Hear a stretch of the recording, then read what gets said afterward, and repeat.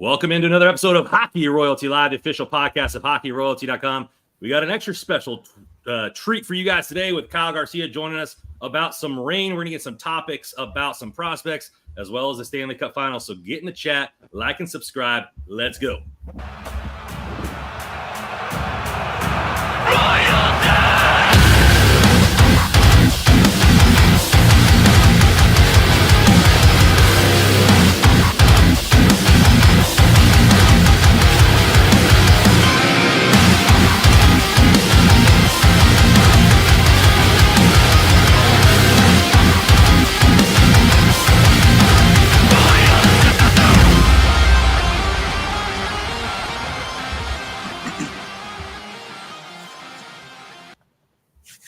That intro was brought to you by Adara. Their album's out now anywhere music is sold.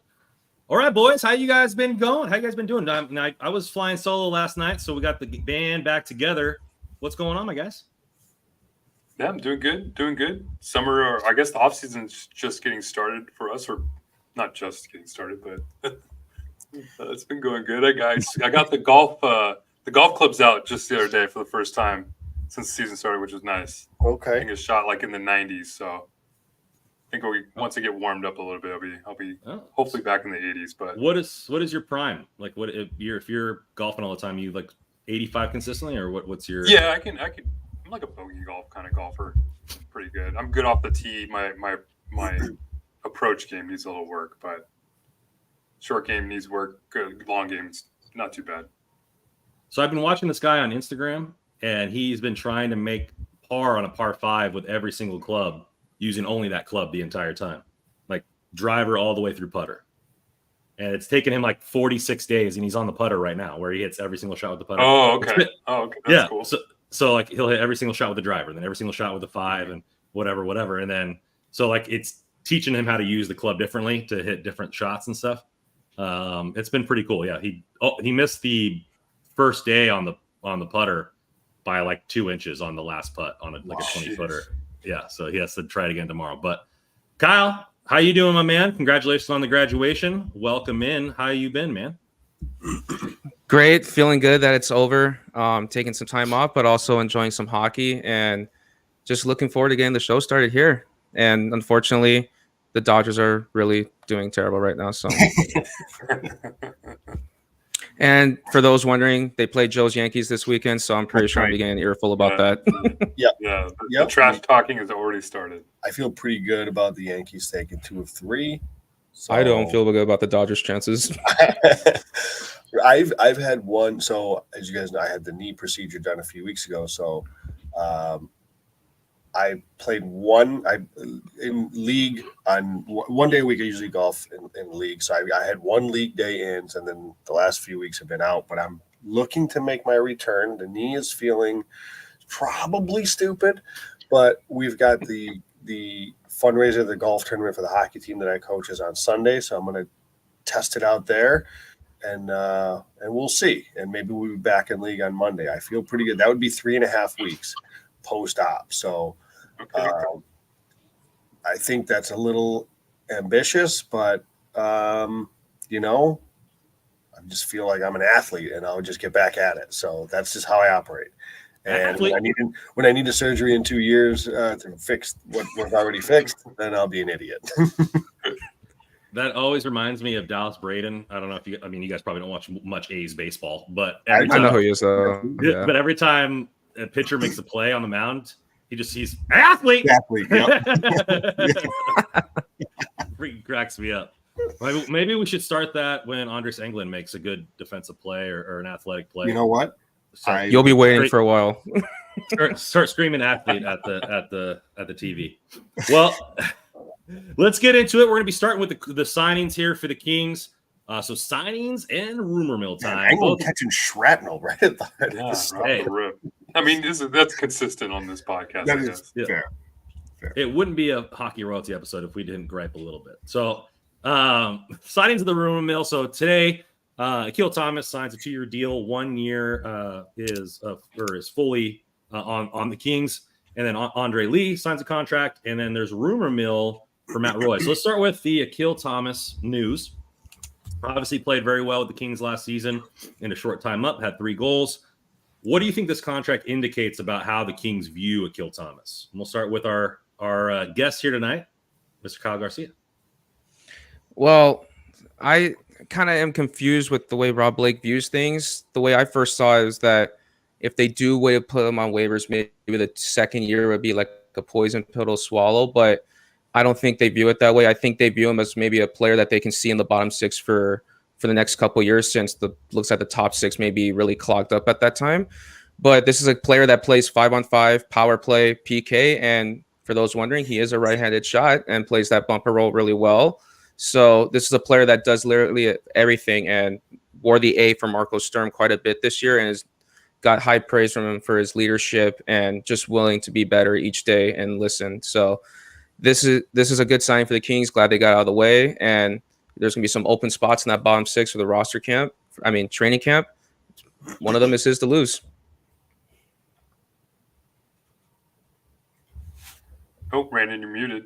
Brandon, Sorry, with the coffee, I'm trying not to, There's so much energy in that too. We'll never get it back. I know. So Russell, I love it. There we go. yeah. So I kind of view this as a vote of confidence for Akil Thomas, and I know I've been probably the number one heckler on Rob Blake and how he's treated the prospects, but this seems like they could have done another 1-year deal. Another, hey, we don't have to have, make you earn it type again. I think the 2 years and the second year being a one-way is a huge indication on how they view him. I think he's going to have every opportunity at a camp to make this roster.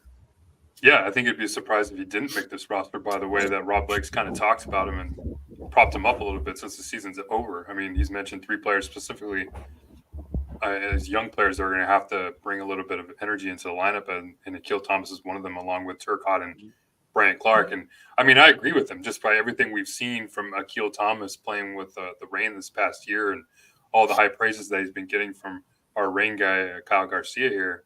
So I'm looking forward to it. I mean, I know Joe and Randon have some fun little side bet going on with Akil Thomas in the future here this next year. And I'm on Randon's side. Like, I think that, to be honest with you, I wouldn't be surprised if it comes out of training camp and Akil Thomas is in the top 6 playing with Andre Kopitar or something like that.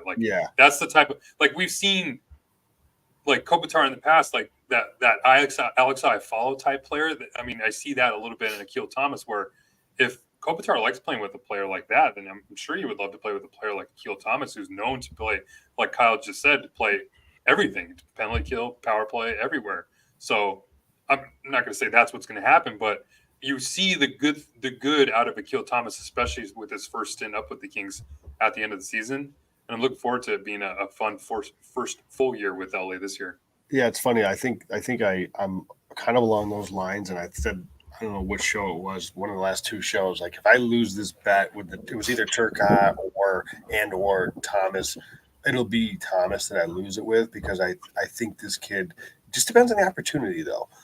But yeah, where the Kings, I think, have really done a poor job on the power play is they just haven't had a consistent bumper usage.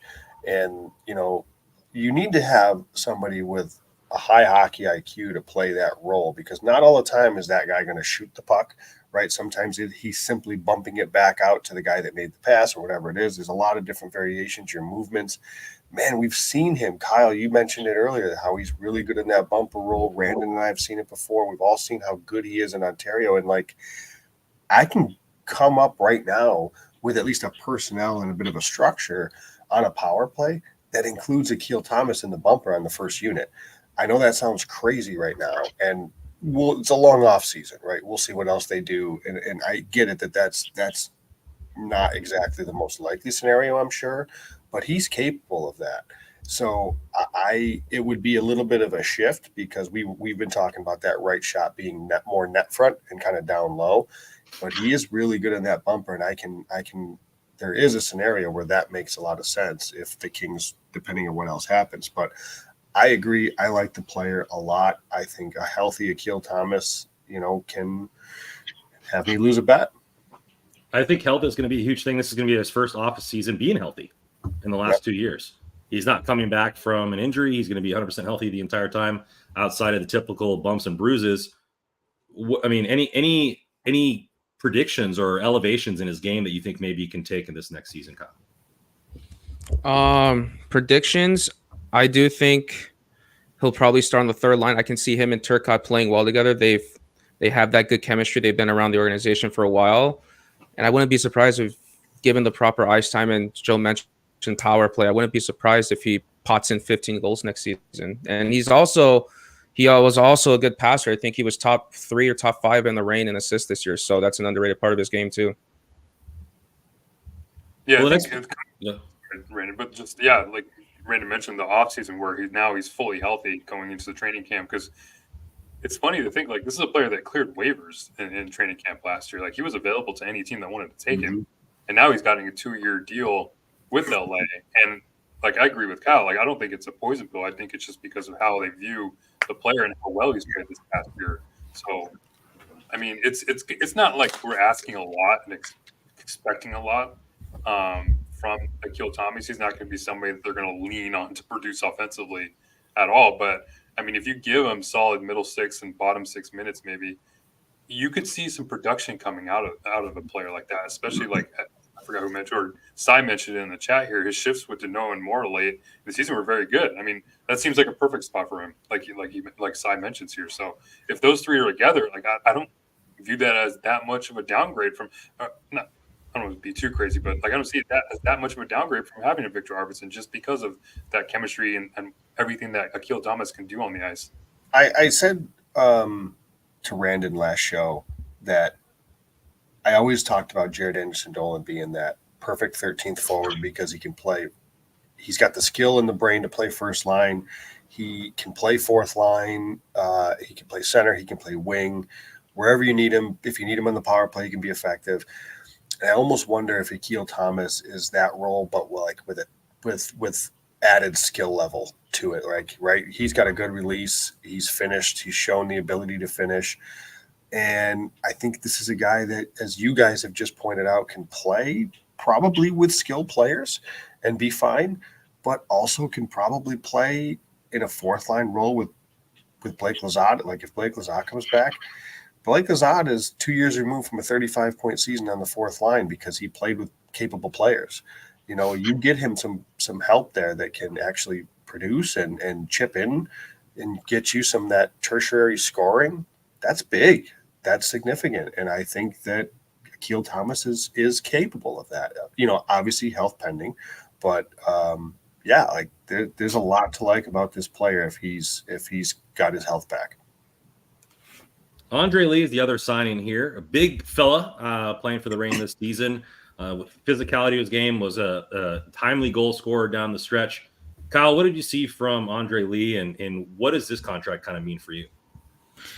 Well, I think you hit on the head, that timely score, because it seemed like anytime he came back from injury, he was always putting the puck in the net. And during the playoffs of the Reign, he was probably one of the good forwards out there too, with second on the team with 4 goals behind Tyler Madden's 5. But you know, also another guy that plays penalty kill. I think he does need to get a little bit stronger though. And I was watching his interview the other day, and he did mention that as well, that he'll have to get a little stronger. And he's a player that's waiver exempt, so I have a feeling that he's probably going to go down to Ontario this year, just work on his game a little bit more. And if he impresses in training camp, maybe he gets a spot. But I think the safe bet is he'll probably play another year in Ontario with Samuel Hellenius. Russ, with the size and what seems like Rob Blake is kind of geared towards up and down the lineup, is that something that kind of attracts you to Andre Lee's size with a sprinkle of skill to his game? Yeah, definitely. I like the camaraderie almost that he's had with Sammy Hellenius down there. They've almost formed like a Bash Brothers duo with the strength that they have on the same line together.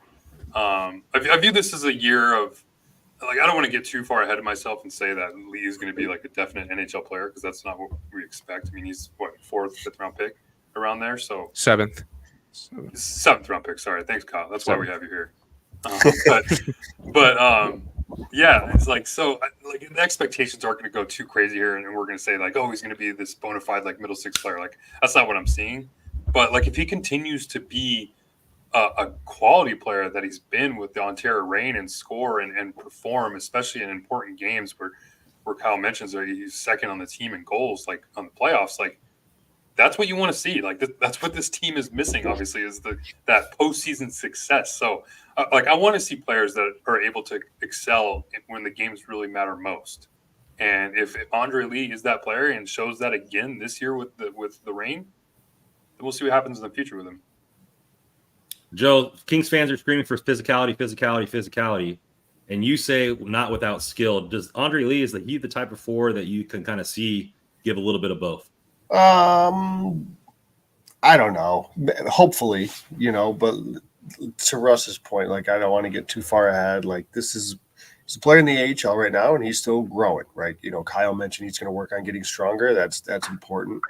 I think we can agree probably Samuel Hellenius feels like, in terms of that size, physicality, but with a little bit of skill to it, is further ahead than Andre Lee is. And so I think if we're looking for something like that in the next year or two, it's probably more likely to come from Hellenius than it is Lee. So I just think that what I look at this contract and say, okay, he's a developing player, getting another year in the organization. Let's see how it goes. And that's that. Like, I don't go much further than that. And hopefully he continues to improve. And yeah, like, Kyle said, he's had some big goals this year. That's great. And hopefully he's somebody that can continue to do that and contribute in big spots. And Kyle, correct me if I'm wrong, he had some power play time this season throughout. So, PP2. Yeah. PP2. So that's you don't get power play time at the pro level if you don't have a little bit of skill. Like, I know he's a big body, so it's just easy to say, well, let's stick him in front, but you can't just stick anybody there. So he's there because he can think at that level, and he can, like, that's a hint. If a guy's playing power play, at that size, that's a hint that there's more to it than just he's big. He's got a skill and he's got a brain to him. So, hopefully he continues to just progress, and then see what happens as next year goes, and then the year after. He also killed penalties. Just add one right? thing. Yeah, he played penalty kill with Samuel Hellenius quite a bit this year. They were always, it seemed like they were never disconnected from each other. But as getting back to Lee, also when he came back from injury the second time around, he scored 8 goals in the last 17 games with the playoffs included. So he's one of those players that can be a little streaky at times too, which can also be a good thing in that depth. What I kind of like about this is, and again, I know I said this recently too, I'm going to say it again. I always get kind of pegged into this. I like small skill players, and I don't like big physical players. I kind of prefer the big forwards, Randon, like we talked about. Like, I don't want big defensemen, because to me they're probably slow and can't move the puck, and they're useless. Joe's a sucker for a big center. But like the big guy centers down the middle. Yeah. And Lee, like the fact that Lee and Hellenius on a kill, like, how often do you see the big boys on the right, like an Englund and Gavrikov type of thing, like on the defense, but you got the big boys up top again. Like, I'm good with that, because that again tells me these guys can think it a little bit. These guys there's a little bit more there than just, oh, he's big, and he can block lanes. Like, you need to be able to do more. So, that is an indication that the organization is at least trying to see, okay, how effective can he be in these special teams roles too? So that's really good to see. So lastly, we're going to get to the rumor mill. Matt Roy obviously is a UFA. We talked about that on our salary cap episode. So if you missed that 2.5-hour masterpiece, tinfoil masterpiece, please go and check that out. But rumor mill is that his agent and the Kings have begun conversations. To which depth that conversation has gotten, if it's just kind of out of formality or if they're really trying to stand Matt Roy, is unknown at this point. Russ, we talked about it on the Cap show. Is the fact that there's even rumors going around about him getting re-signed, does that show that Rob Blake is not changing his ways? Does it show that we're in for more of what we saw last season? I don't know if it says anything about that. I mean, I'm wanting to say that we haven't seen the best of what Matt Roy can be as an NHL player. And it's strange to say, because he's almost 29, 30 years old now.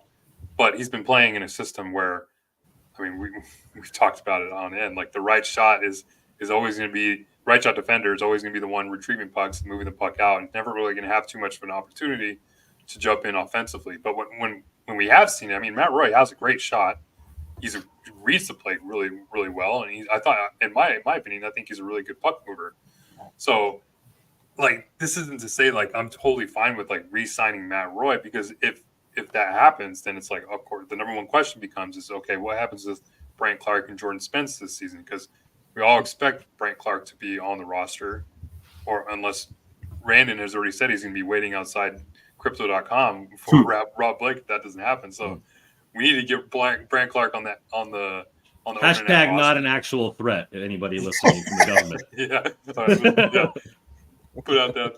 But and then Jordan Spence too. Like what happens with those two players? Like this team has shown the ability to not want to get creative with their defensive alignment. And when I say that, I mean like maybe putting a right shot player on the left side and just try to get your best players out there. As Joe said countless times, play your best players. So with this talk of bringing back Matt Roy, it's like, well, why?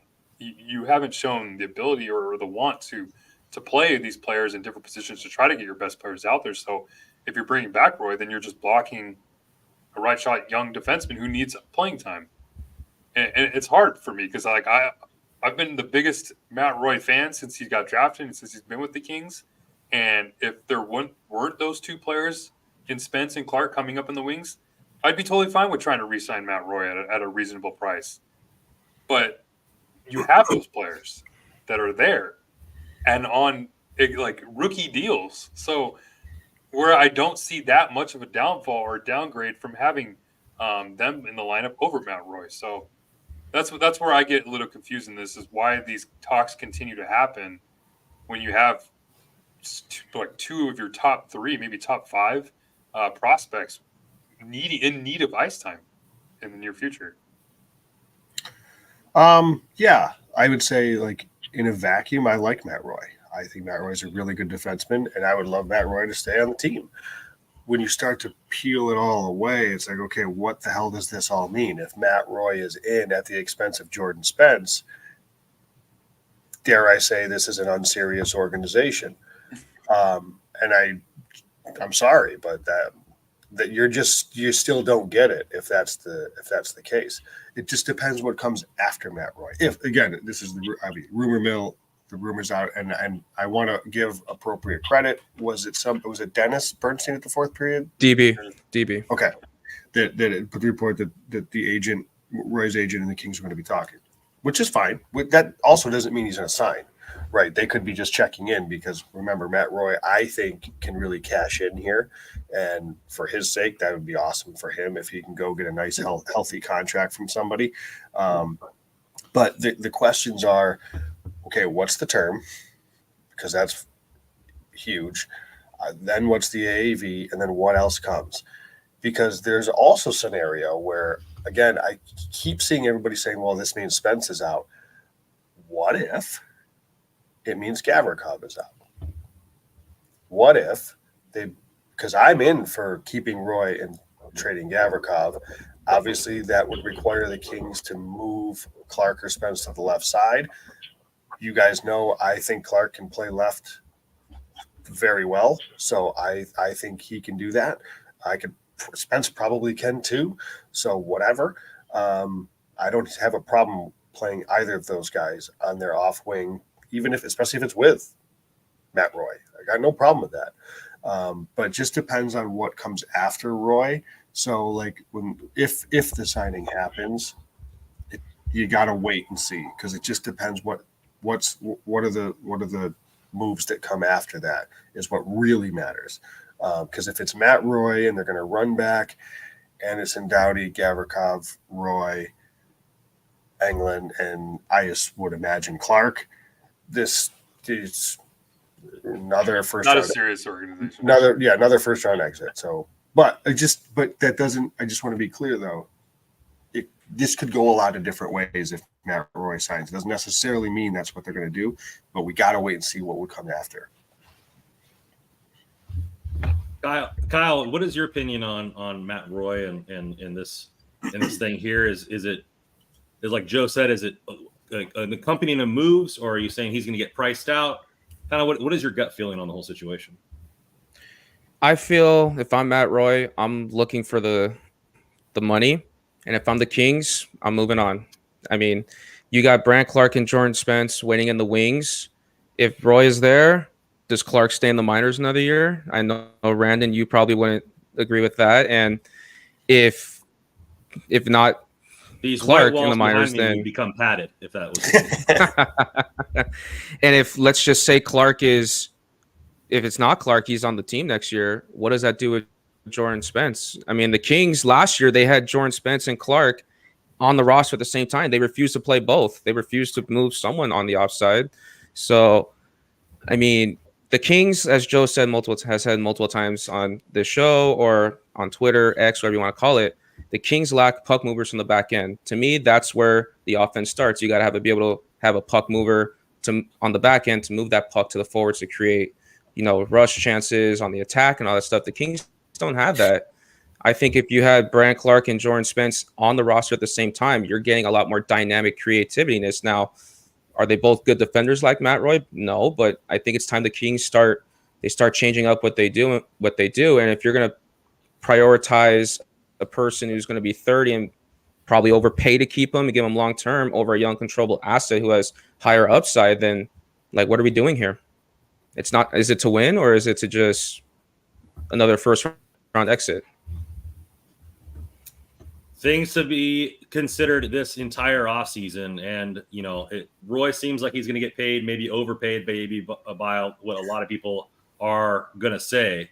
Can I ask you, Randon, like to that end, what do we think? Because I know we've looked at the projections, and I don't remember now offhand what it was, Russell. Over 6. Because I know, because I looked at AFP analytics today, had him at like 5 by 5.5 ish. I think Evolving Hockey was 6 or 5 by 6.5 or 6.1. Yeah. So at least moving on. Go more than I wouldn't go 5 by 6. I would prefer not to go much more. I mean, 5 is a lot of years for me. So we'll see, I guess. But I don't know if any of you have thought about like what your range is for your comfort level of a limit with Matt Roy. But again, really good defenseman, but so much depends on what comes after that. If it were to happen, my limit is him being on the roster. Period. And if he gets the money, kudos to him. He's earned it. He's did his time here. I just don't think it should be with the Kings. That's all. And it's nothing bad about Roy. It's nothing bad about Roy. It's just he did his time here. He earned a raise, and he deserves it. I mean, talking about from a franchise standpoint, like you found a ton of value in this player. He's a 7th round pick, so. I guess, like, I wouldn't do more than like 4 by 5, like 4 years at $5 million per. That's probably my limit. And and that's only to say like they have to get creative though if they do end up bringing it back. Because, like, to be honest with you, like, is Anderson, Doughty, Spence, Roy, Gavrikov, Clark like bad? That doesn't sound like terrible to me. That sounds pretty good. I mean, you have 2 really solid puck movers and offensive players on the lineup playing with 2, I guess, shutdown type players, and you have Anderson, Doughty as your number 1 pair. That's kind of what we were asking for all last year, and we just never got it. So I think if it actually does happen where they bring back Matt Roy, the number 1 question is going to be like, okay, well, what does this mean for Spence and Clark? Because you got to figure out a way to get both of them in the lineup at the same time if you do bring back Roy. So if that is the case and they're okay with it, with playing one of them on the left side, or even maybe Matt Roy on the left side, then sure, bring him back, because that sounds like a pretty good six man for me. And especially it gets Andreas Englund out of the lineup. Sorry, Andreas. Okay. Athlete. If they do bring him back, what's going to happen with Byfield's contract? What's going to happen with the goaltending situation too? Yeah, that's the thing. There's a lot of trickle down after this, which. There's just so much that you have to wait and see. I think it would be tough to find if they do this and they don't move out the Gavrikov contract because I imagine Roy's getting at least 5 No by movement 5. clause too. Right, which is very tough. No to move movement out clause that. for Gavrikov, I think. Yep, for sure. So that definitely limits if you're giving Roy a 5 by 5, 5 by 5.5, whatever, then that's going to limit what you can do, elsewhere up front between the pipes, Byfield, what that contract is. So we'll see. Like there's a lot to unpack, and I'm interested in to see what direction they go. But I think the underlying theme here, I think we all like Matt Roy, the player, but just where does it fit? You know what fits good is our hockey. Thank God I'm not t-shirts. the GM. New Hockey Royalty shirts. Let Kev be Kev at $30. Sizes small through XXL. $45 combo plate for more and Kev combo. DM all orders to @NHL Wrestle, Venmo to Hockey Royalty. Well, let's get into the rain recap. That's where we're bringing on our expert Kyle here on. For Kyle, let's just overview the season. How do you feel it went? Maybe a little bit of disappointment getting shellacked by the Firebirds there, but overall, what was your expectation coming into the season? Was that met? What was kind of the ebb and flow throughout the entire year? Well, expectation, I think, just for the Reign was to probably just get in the playoffs and get some of these guys maybe valuable playoff experience like Brant Clark, Eric Portillo, maybe get Turcotte Thomas, because Thomas missed out the playoffs last year with that shoulder injury. But if you were to ask me to divide the season into 2 halves before and after the All-Star break, I would kind of consider it 2 seasons, like 2 different seasons, just because the home and road splits were drastically different. They could not even win a game at home in the first half of the season. I think I have it down right here. They were like 8-11-3 the first 22 games. In the second half, they went 11-0-3. And I would say there was a game against Abbotsford. They had just lost in a shootout 2-1. They were up 1-0 late in the third. They gave up a late goal. They lost in the shootout. And I wasn't there for that one, but watching Marco Sturm's post-game interview, he mentioned it. I'm going to paraphrase that, we're finding ways to lose, basically, that they were in games late, but they always found a way to lose. After that, it's the next game. They were down late in the third against Coachella Valley. They tie it up with the Fagimo goal under a minute left, and then Moverari won in overtime. And that's kind of what turned the season around. I think if you were to ask anybody who watches the Reign, covers the team, or even the play-by-play and insider Schaefer and Schaffer, they would probably say that was the turning point too, because ever since that, they started to find, instead of finding ways to lose, they found ways to win. And each and every night there was someone stepping up, whether it be a player like TJ Tynan, Charles Udon, or Keel Thomas with his spinorama goal against the Calgary Wranglers back in March that set the internet on fire, or an Alex Turcotte or Brant Clark or Portillo exceeding expectations in year one. Somebody always found a way to make a play when they needed it to, and it carried over into the playoffs until the final round against the experienced Coachella Valley team.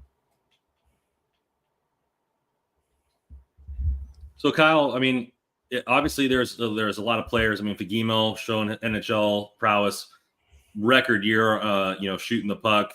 You have Turcotte that went up for a cup of coffee, back down. Keel Thomas went up, back down. All have shown some flashes in the NHL. Was that experience very well apparent this year at the AHL level? Yeah, I think having those guys play in the NHL and knowing what it takes to not only make the roster, but how different it is from the AHL, I think that really helped. And especially for a player like Keel Thomas and Alex Turcotte, who bounced really well from having injury-plagued seasons the last couple of years to being mostly healthy and reliable, that really helped them. And, I think it also helped them for their game to get ready for the playoffs. They knew what it took to be in the NHL, and they had to work on it. And, playoffs, you got to, ramp up your game. And I think both of those players did just that at the end of the season.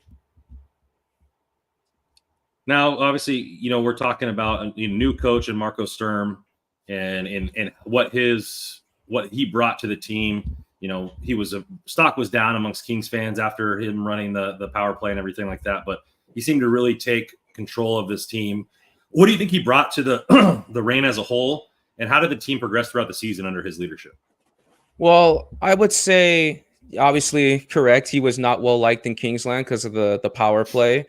And I don't think he was well liked in Kingsland last year because the numbers from the year prior up until last year, they dipped a lot. And I think that had to do with his inexperience. He never coached at the AHL level. In the AHL, there's always roster changes, call-ups, injuries, and he never coached at that level. And he was never an NHL coach too. He was an assistant. But I think this year he adapted really well. They were a more veteran, experienced team. And from what I've seen the players say in some of their interviews and from what I've been around is he's a really good communicator. He's communicates to the players well. I think the players value that. He values that. And Sturm's also, he kind of feels like a proud dad sometimes when they talk about like Turcotte or Thomas like making the NHL or at the end of the season after Game 3 against Coachella Valley. I wasn't there in person for the interview, but watching when I got home, his number one goal, he mentioned that, he wants to help some of these players become kings. And, I think that is what value brings to a lot of these, because there's a lot of young players on that roster. Like Eric Portillo is still young. I know Akil Thomas and Turk have kind of aged a little bit, but they haven't played many full seasons. This was their first full season. And then you got Angus Booth coming in this year, and I think maybe there are two Yomsons coming in next year, Caleb Lawrence. So you're going to be having some younger players now. Whether Sturm's behind the bench for the Reign next year or in the NHL will be a different story. But I think if the Sharks who are looking for a head coach, I think he's a perfect fit for that roster. You guys want to add anything or you guys want to ask Kyle anything before we move on to the player evaluations?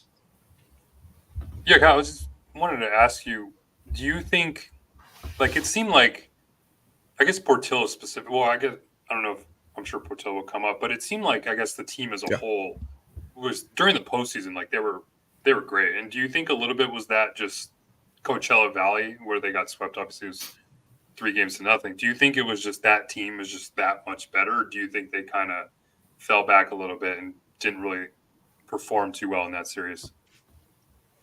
No, I don't think they performed too bad. I think of the 3 games, 2 of them they played really well, and I think they deserved to win those 2 games.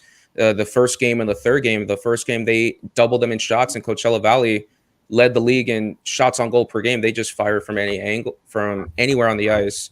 The second game he was kind of probably his worst game of the playoffs. There was 3 goals where they picked corners on him, like top shelf blocker, like that seemed to where they were going in game 2. But I think full credit should go to Coachella Valley. They're a deep team like the Reign, maybe a little bit deeper in that series. And right now they're still winning without Shane Wright, because Shane Wright got kneed by Hayden Hodgson in game 2, and he's missed the last 4 games. So we're hoping he comes back. And is healthy enough, because you don't want to see a star prospect for the Kraken organization miss time like that, or any organization. But I just think it's just Coachella Valley was a little bit deeper, and they showed why they're a good team. I mean, game 3 they were down 2-0. 2 goals is nothing to them. They got guys that can put the puck in the net, and they did just that. And there's a reason why they're probably the favorites to win the Calder Cup this year, and the reason why Dan Bilesma got promoted to Seattle. Was there anything you saw? We've talked about with the Kings, right? With their back at least certainly on this show, with their defense group being limited in their abilities to efficiently move pucks, as one of the flaws of this team. What was there something kind of like as not necessarily an individual player, but kind of a group like that from the decor, or maybe like the depth forwards, just something like that you feel like where I'll ask you this in 2 different ways. One kind of led to them eventually bowing out of the playoffs. So like in a negative sense, but also maybe in the positive sense, did you see something there that maybe could help the Kings in the short term, in the near future? Well, I will say one of the reasons why I think they got bounced was the first 2 rounds, Marco Sturm went with a heavier lineup. And I think that's one of the good things as a coach is having a lot of depth, because you can choose any matchup you wanted. He opted to go with the heavy lineup against Bakersfield, and he did it again with Abbotsford because they were winning. So I mean, if it ain't broke, don't fix it. But heading into the Coachella Valley series, that's where I felt maybe a little change should have been needed in the bottom 6, because they're a deep team, they're fast, and if you make a mistake in the neutral zone, they're on the rush going the other way. And I felt maybe having a speed or a crafty player like Pinelli or Chromiak, like drawing into that series earlier, probably maybe would have helped, but it seemed like they didn't play much in game 3. They were both on the 4th line with Jacob Doty, but In order to help the Kings, I think obviously Brant Clark, puck moving defenseman on the back end. He led the Reign with I believe it was with 6 assists in the playoffs, which led the Reign all skaters, not just defensemen. So, I mean, he was good at that. I mean, the Kings lacked that. So, I mean, what are we doing here? Yeah. Could have used that. And also Joe Hicketts who's re-signed a 1-year deal, probably be an Ontario left-hand defenseman. He's another puck mover down there that played power play too. But other than that, everyone else seems to be mostly defensive minded. I mean, Kim Nusayanen he's long gone. He's going to Europe now. Wish him all the best. But it seemed like he kind of lacked. I mean, he was a good skater, but I think he lacked in that area as well of the puck moving. Angus Booth should probably come up and just take his spot right away. I really like what I've seen from Booth the last couple of Def camps. Yeah, I'd agree there, Russ. Yeah, so I'm excited. I think he'll get some playing time. Angus. Just for the name I'm not sure if the rules apply to Dvorak the same, because he did start the year in Czech Republic. If has to go back to the WHL this year, or he can just jump right in, because if so, he'll probably get some time too. If not, then it's just Booth. That's an interesting one, yeah. So let's get into the player evaluations or report cards. We'll start in between the pipes. Eric Portillo comes over for a 3rd-round pick last year. Every excitement, the goalie pipeline has been kind of drained. What was your expectations for him coming into the season, and how did he perform versus those expectations?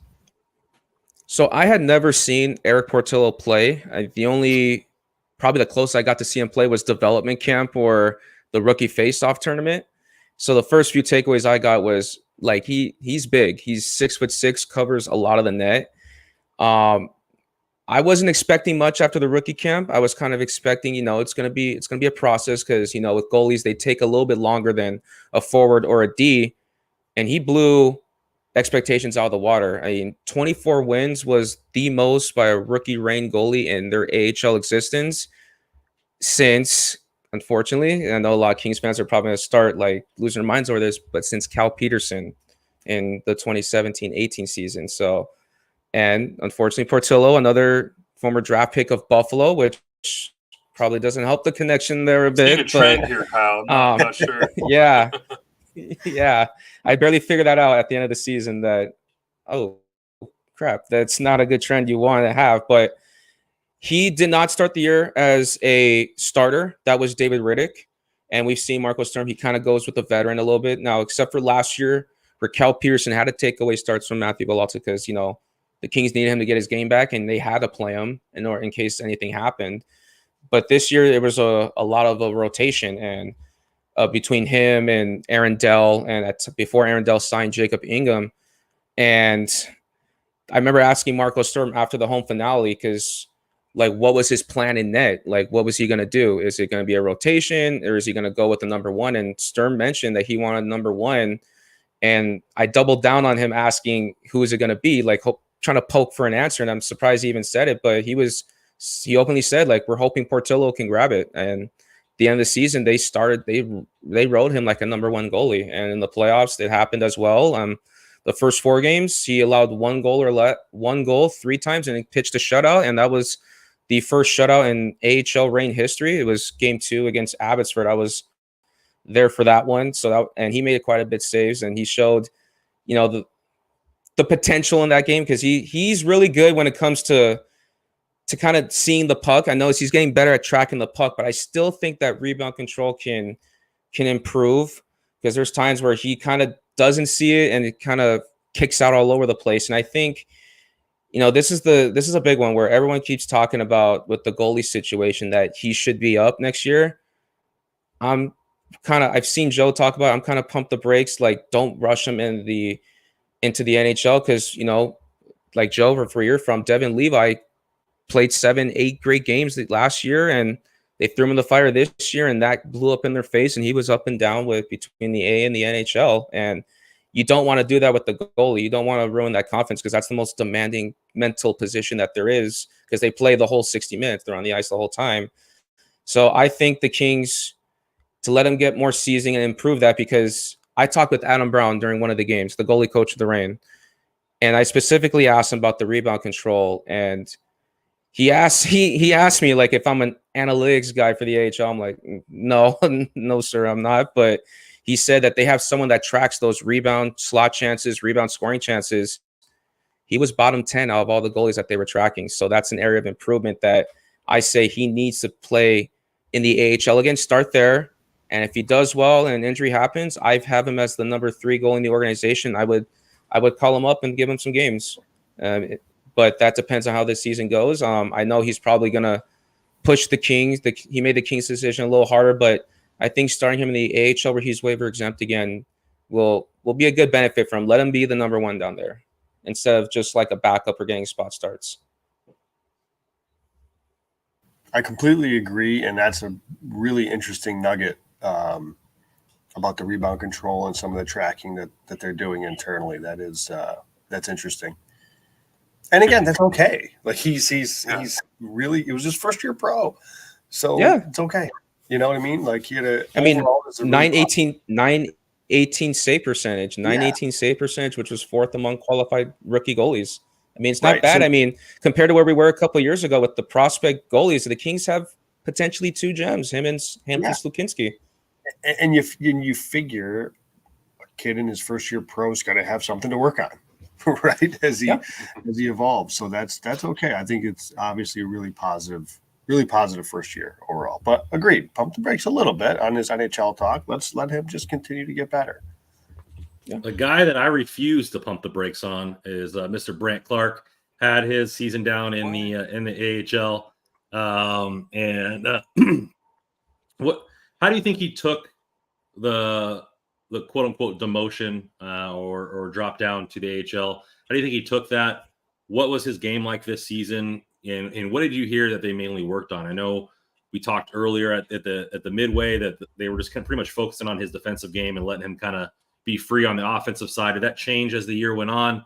What was your overall evaluation of Mr. Brant Clark? In the famous words of Michael Jordan, I think it became a little personal when he got demoted. But no, all in all, Brant Clark was just as advertised. He was great. He made the all-rookie team this year. Not shocking. Led Reign defenders in goals, assists, and points. And out of his 36 assists, 24 of them were primary assists. So it shows that he can create a lot of offense on the back end. And, some of his interviews, he would talk about how playing with Jacob Moverard was pretty good for him because Moverard can, help bail him out for the mistakes and let him roam around. And Chris Height was working on with this defense. I know I think Todd McClellan also mentioned that they were early in the season, they were wanting him to work on that because that was an area of improvement. I think he does need to get a little bit stronger, though, because he is not as bulky as, I think he should be. But I don't think he should change his game one bit. Next year, when he makes the Kings, just keep doing what he's doing.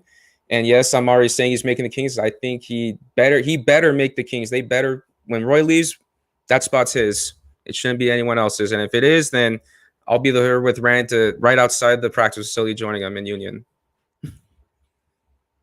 Already got our picketing line ready. So with his game, sorry, Rain. I was going to jump in because we know he's high skill. They want him to work on the D. One thing that I think kind of perked up a little bit this year at times was, maybe some of his. I don't want to call it a lack of maturity. Antics. Sure, Kyle. What was your kind of feel on that, and how do you think he kind of carried himself throughout the course of the season? Did you see that, either improve or just kind of stay the same? And what did you see with all that, and what was your take on all that?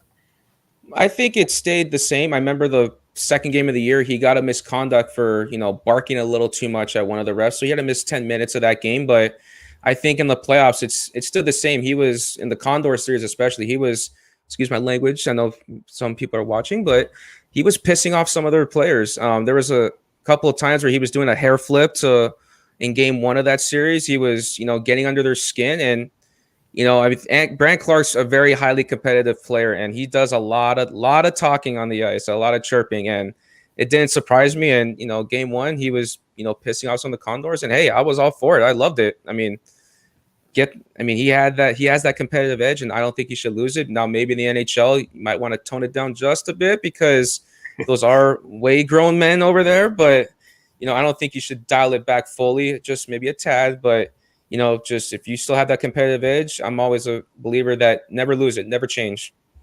Just maybe adjust a little bit. Mental warfare. It's like a Conor McGregor thing. Like, yeah, Conor McGregor gets knocked out sometimes, but he also does a lot of knocking out. He talks a lot of crap. I mean, Brett Clark's not to that level where, he's just a showman. But I like that kind of stuff. I mean, have confidence. Do the celebrations after goals. Do the hair flips. Talk a little trash. Be chirping out there. Like, being competitive. And I saw this today about and it was treating competitiveness with the kids and how to kind of nurture that in a responsible way.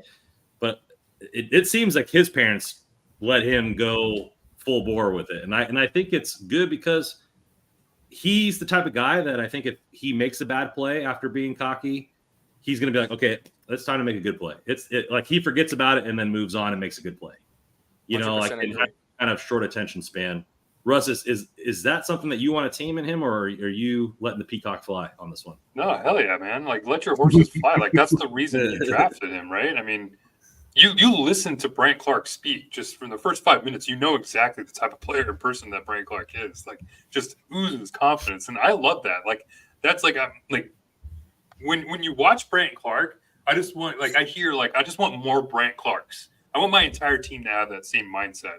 Like, yeah, there's some, I would guess you could say, maturity issues with the barking at the refs and maybe some after the whistle stuff. It's like, oh, hey, rein it back a little bit. But that was also the same stuff we heard with Drew Doughty. We saw that when he was coming up with the Kings and when he was a young player. He still does it. Yeah, he even talked about how once he started like having kids and stuff, it kind of matured him a little bit. And he stopped doing that a little bit. So, but we all know how good Brant Clark, don't go out and get a baby mama. Please don't go out and get a baby. we all know how good Drew Doughty was with that mindset. So yeah, Brant Clark's going to have it. You gotta let Brant Clark be Brant Clark. That's what we say. The same thing with Kevin Fiala. You bring in these players to be the players they are. Don't change them at all. Because once you change them, then all of a sudden it loses a lot of what they're really good at.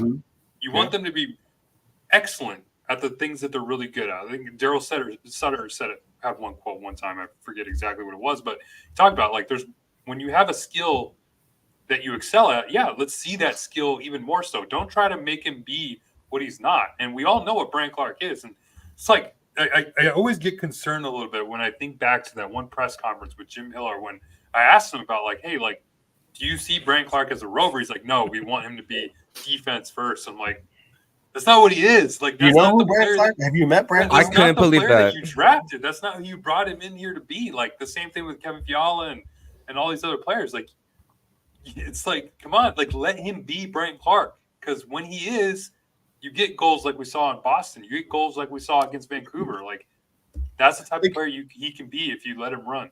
I know a lot of people talk too much about, and I say too much about some of the mistakes that Evan Bouchard makes because he's made some mistakes and some glaring ones. What's a point?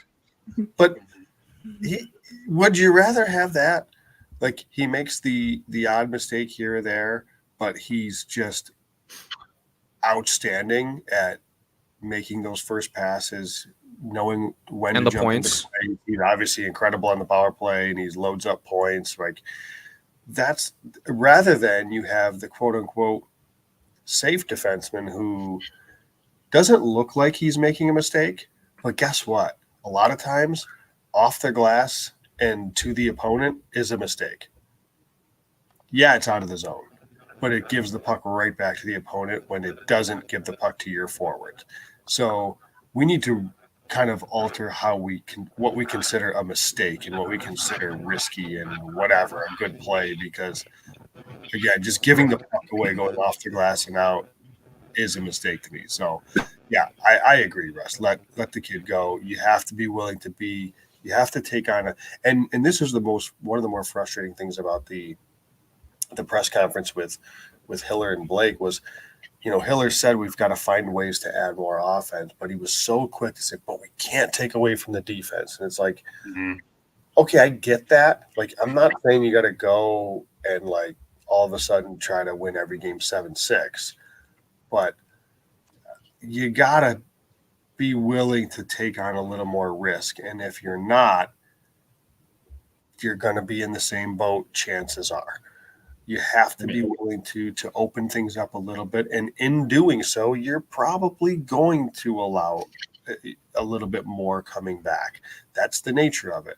But if overall you allow your skilled players to do, like I said, get pucks out of the zone, then you can get out more efficiently. Yeah, maybe you'll have more pucks in your zone to start because you're not playing a clogged the neutral zone 1-3-1, so it's easier for the opponent to maybe get into the zone. But if you've got guys that can more efficiently get pucks out of the zone, I think it's going to offset it comfortably, and you're going to get pucks to your forwards, and you're going to see some better chances the other way. So this like obsession with defense it always hurts me because I just wonder if they know what year we're in, and that's always tough. In the famous words of Bill Walton, you got to score more points than the other team to win. Oh, R.I.P. You know what? I like taking risk, and I like some crazy creative ideas. Let's just say Brant Clark and Jordan Spence make the roster. Kings down 1 with like 2 minutes left. Put them both on the ice. Yes. Yes. Kyle? They did that in Ontario when Clark was on his conditioning assignment not this year, the year prior. They did that quite a bit. They were out there for almost 2 full minutes and unfortunately conceded an empty netter, but hey, I'm all for the risk.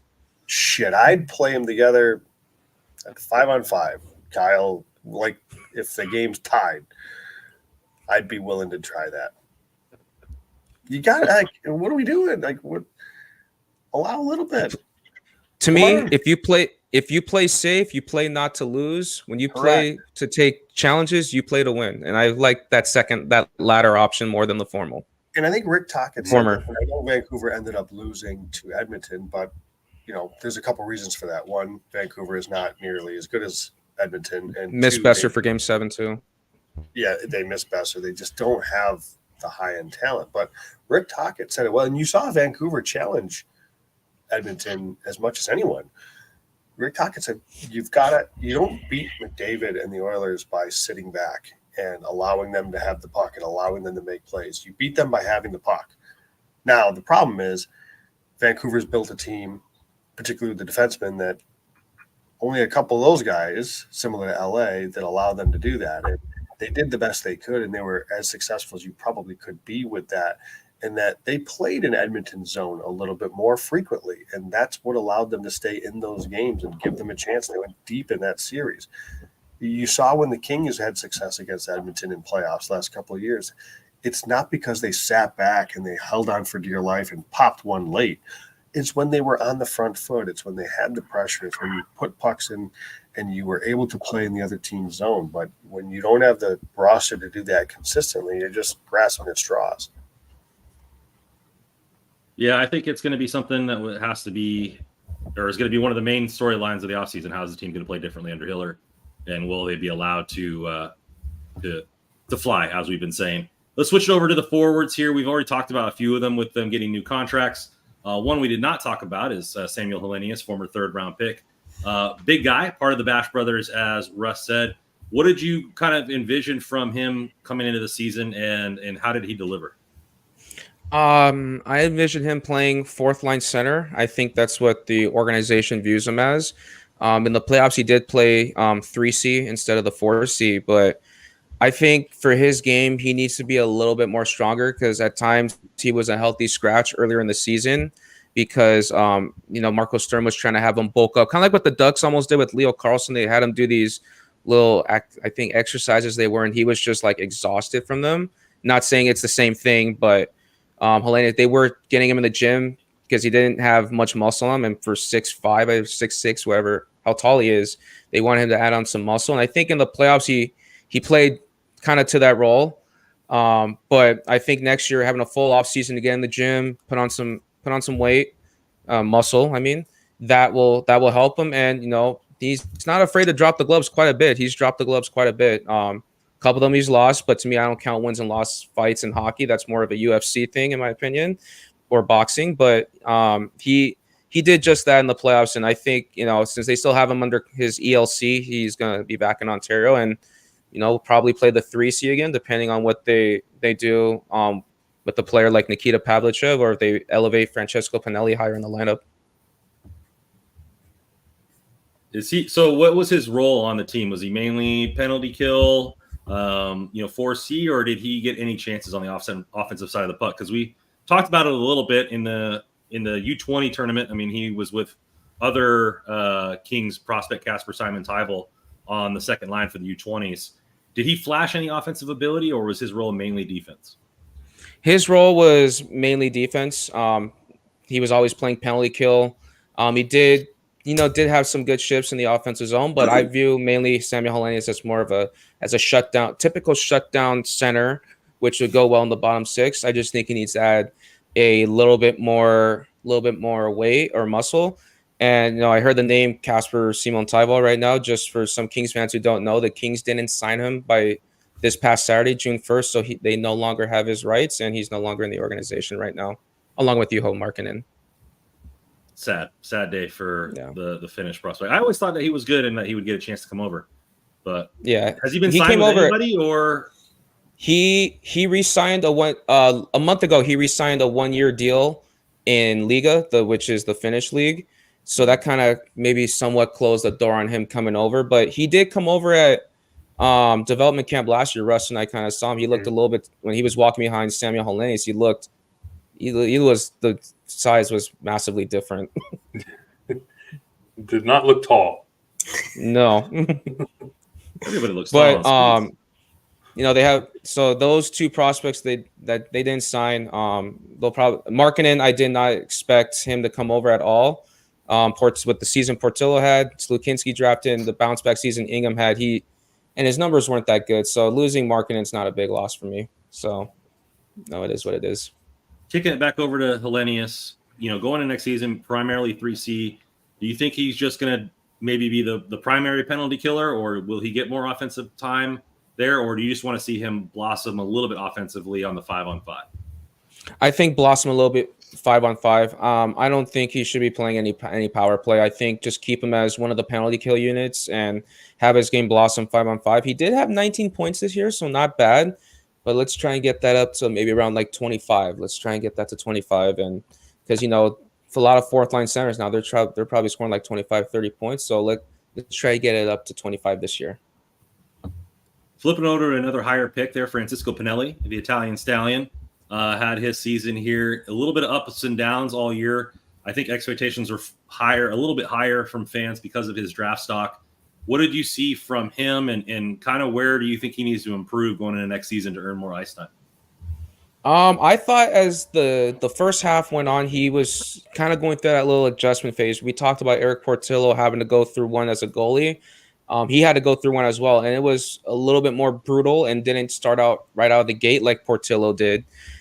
He was a healthy scratch a few different times. One of the games I went to, he was a healthy scratch against Calgary in November. He mentioned that one thing they wanted him to work on was, puck move. Puck management and the speed. And he realized that, the plays you can make in juniors, you can get away with by delaying. But when you get to the pro level, you have to be quick because everything moves a little faster. These players are grown men, and whatever you did back in juniors or collegiate level, it doesn't matter at the pro level anymore. You have to start kind of from ground zero and just build your way back up. And I think he got better, especially in the second half. He had the last, 12 points after the All-Star break, and his last 5 goals came in the last 9 regular season games, and he led all rookie skaters for the Reign with 13 goals. So, down season for him. He still had, 13 goals and 20 points. But unfortunately, with the depth the Reign had, he did not make his playoff debut until the do or die game 3 against Coachella Valley. And, next year, I think he'll get more of a bigger role because there was people forget, there were a lot of centermen on the roster for the Reign this year. You had TJ Tynan, Alex Turcotte, Akil Thomas was playing center, and Mikhail Maltsev before he went over to the KHL in December. And you also had Nikita Pavlichev, who was on an AHL deal, played some time in the ECHL. So they were kind of trying to fit him in the lineup and play wing. But Marco Sturm told me after a game in December against Colorado that, he wanted him to focus more on defense and just do the little things right. And, the offense will come. And, it did in the second half. But, just like me, Sturm also liked him as a centerman. And there was a lot of center at the time. So once I think Turcotte and Thomas got, elevated for their time for the Kings, he kind of got a little bit of a higher role. And I thought he performed well at the end of the season. Just, he was not a healthy scratch because of how bad he played. It was just more of the team just had a lot of depth, and Sturm went with the heavier lineup. But, good season. Looking forward to see what he can do next year. Yeah, hopefully now after this first year of getting involved, having a really good idea now what the pace is and what the speed of everything is. And I think, like you said, Kyle, and we've talked about this before in the show, like as you go up in level, everything happens quicker. You have to make your decisions way quicker. So that's what's going to separate a lot of guys as they move up, and it's guys are going to filter themselves out if they can't keep up. If they can't mentally keep up. So it's good to hear that his second half went better. It's a good sign. And we talked about the game slowing down for like a Quentin Byfield at the NHL level, right? Same idea here, where if you can start to be more comfortable and anticipate those plays a little bit quicker to where things slow down a little bit for you, that'll really help. So really looking forward to year 2 for Pinelli, because I really think there's a lot of talent in the player. Yeah, I think he's one of the – I think when he goes to skating from east-west, he's very crafty with the puck. He's got great vision. He also kills penalties. They didn't have him kill penalties as much this year, unless if someone was hurt, but he played a little bit on PP2 as well at times during the year. But next year, I think he's going to get a bigger role, because I'm expecting maybe an Alex Turcotte and Akil Thomas to graduate. So there's going to be, more room for him to take on a bigger role next year. Does Tynan still have 1 year left on his deal? No, he's a free agent this year. So it will be interesting to see what they do with him. Seth Griffith from the Edmonton Oilers, who is on a 1 year deal with the NHL. They had him in the AHL with Bakersfield. He signed a 2 year deal with just the Condors only. So I'm interested to see if they do that with Tynan as well. But I think they'll try and keep him around. All right, we get into the nitty gritty here, and so the last player I really want to talk about is Mr. Alex Turcotte. Us up here really wanted him just to stay healthy and get his time. I think he showed some flashes. The team was playing abysmal, and when he got pulled up, that kind of shook some life into the team. I think that fourth line had all 3 of the points or all 3 of the goals. The game that he got brought up, I think it was game 1 or game 2. Against Nashville, right? His first goal against Nashville game that he had. Yeah. So, and we've been talking about, what is expected of a fifth overall pick and how many games you have to play to get there and all this kind of stuff like that. And he finally broke the barrier to get up there for multiple cup of coffee, got some points in there. And so what did you see from him at the AHL level? Was he more of a dominant player this year rather than just a piece on the roster? And then, where do you kind of see him hopefully on the Kings next season? So this year he started the first game as a wing, but he played mainly center, specifically second line center, and 35 games, 29 points, so nearly a point per game player. When Lazat got hurt both times this year, actually he missed time, I was one of the people like pounding my hand on my desk saying, like, give him a shot, give him a shot, let's see what he can do. This is his time. You dropped him 5th overall for a reason. Fortunately, and I still don't like the decision of them going with Trevor Lewis as 4th line center. As I don't want to get into that because I have a lot of stuff that I did not like about that one. But this year, one of the main concerns was staying healthy, and I think staying healthy, he did just that. Got a cup of coffee with the Kings, and seeing him score that first goal against Nashville, where he just let out that loud scream and roar. I think that was just the last 4 or 5 years of just all the talk about him being injury prone, possibly a bust. I mean, I think he posted on his Instagram earlier this year of a timer that he was ready for the season to start. He couldn't wait. And I think finally just let out all that emotion of him scoring first. And I couldn't be happier for the player because of after all the stuff he's went through, the 2 concussions a couple years ago, last year, missing time with the knee or shoulder injury. This year he played really well in the time he was with the Reign and stayed healthy most of the part. And one thing I like about his game down in Ontario is that he's another Akil Thomas. He plays 5-on-5, power play, PK, and I know a lot of Kings fans are going to like this. What I have to say right here is that he does not take a shift off at that center position. He plays high energy. He's always back checking. He's trying to cause turnovers, wreak havoc. He's just got a motor. He plays. Can't believe I'm going to say this word after what Luke Robitaille said, but he plays with passion a lot too. And I think the Kings, they're going to need that in the lineup. And I think, it's time. You dropped him 5th overall for a reason. He should not be playing nearly 10 years in the AHL. It's time to give him and Akil Thomas a spot on the roster. Should be on. Yeah, the I think this is a player that's definitely playing with a chip on his shoulder, which is probably good for a player like Turcotte, who's gone through all the injuries that he's gone through. I guess the big question is where he fits, because we all expect him to make the roster with how Rob Blake's kind of propped him up too, along with Thomas and Clark. So I'll just ask you, Kyle, with so much uncertainty, I guess, with Blake Lizotte and his situation, could you see in Alex Turcotte replacing a player like Blake Lizotte in the lineup? I know Joe's probably not going to like this, but I anticipate Blake Lizotte not being brought back. I don't think Alex Turcotte should be the 4th-line center, though. I think if he does play wing, maybe 2nd-line wing along with Phil Deneau, Victor Arvidsson, but he's not Victor Arvidsson, Trevor Moore, but he's not more of a shooter. I think he's more of a passer creator. So I would like to see him play 3rd-line center with Akil Thomas on his wing. I think those two, they've been around the organization a while. They played together quite a bit. They have good chemistry, and why not take some risks? What do you have to lose at this point? I mean, it can't get worse for the Kings. You've lost Edmonton 3 years in a row. Time to start integrating some of these younger players in the lineup.